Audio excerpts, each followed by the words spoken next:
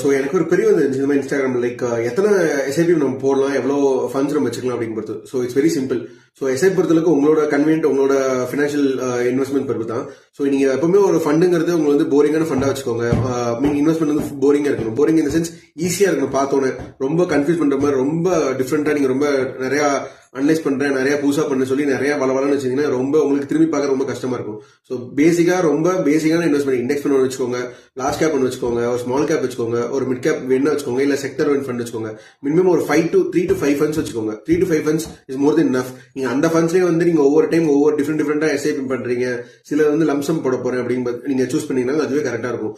நீங்க 5 தாண்டி ஒரு 10 ஃபண்ட் 15 ஃபண்ட் வச்சீங்கன்னா it's very confusing for you.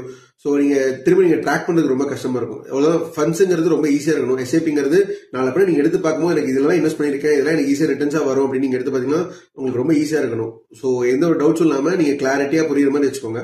So மறக்காம இந்த மாதிரி இன்வெஸ்ட்மெண்ட் டவுட் ஏதாவது உங்களுக்கு இருந்தாலும் கமெண்ட்ல லீவ் பண்ணுங்க. மறக்காம சேனலை சப்ஸ்கிரைப் பண்ணுங்க, ஃப்ரெண்ட்ஸ்க்கு டேக் பண்ணுங்க.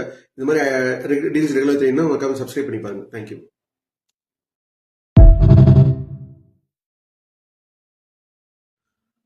ஸோ எனக்கு ஒரு பெரிய வந்து இந்த மாதிரி இன்ஸ்டாகிராம் லைக் எத்தனை எஸ்ஐபி நம்ம போடலாம் எவ்வளோ ஃபண்ட்ஸ் நம்ம வச்சுக்கலாம் அப்படின்னு பொறுத்து. So it's very simple. So SIP பொறுத்தளவுக்கு உங்களோட கன்வீனியன்ட் உங்களோட ஃபினான்ஷியல் இன்வெஸ்ட்மெண்ட் பொறுத்து தான்.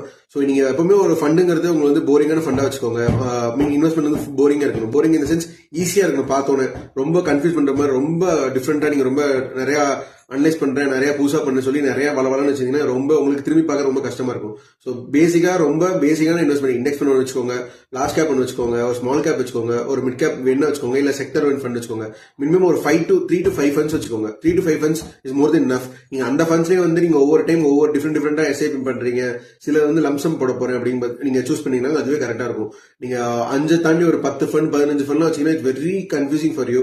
ஸோ நீங்க திரும்ப நீங்க ட்ராக் பண்றது ரொம்ப கஷ்டமா இருக்கும். எவ்வளவு ஃபண்ட்ஸுங்கிறது ரொம்ப ஈஸியா இருக்கணும். எஸ்ஐபிங்கிறது நாலு அப்படி நீங்க எடுத்து பார்க்கும்போது எனக்கு இதெல்லாம் இன்வெஸ்ட் பண்ணிருக்கேன், இதெல்லாம் எனக்கு ஈஸியா ரிட்டர்ன்ஸா வரும் அப்படின்னு நீங்க எடுத்து பாத்தீங்கன்னா உங்களுக்கு ரொம்ப ஈஸியா இருக்கணும். ஸோ எந்த ஒரு டவுட்ஸும் இல்லாம நீங்க கிளாரிட்டியா புரியுற மாதிரி வச்சுக்கோங்க. ஸோ மறக்காம இந்த மாதிரி இன்வெஸ்ட்மெண்ட் டவுட் ஏதாவது உங்களுக்கு இருந்தாலும் கமெண்ட்ல லீவ் பண்ணுங்க. மறக்காம சேனலை சப்ஸ்கிரைப் பண்ணுங்க, ஃப்ரெண்ட்ஸ்க்கு டேக் பண்ணுங்க. இந்த மாதிரி டீல்ஸ் ரெகுலர் தெரியும்னா மறக்காம சப்ஸ்கிரைப் பண்ணி பாருங்க. தேங்க்யூ.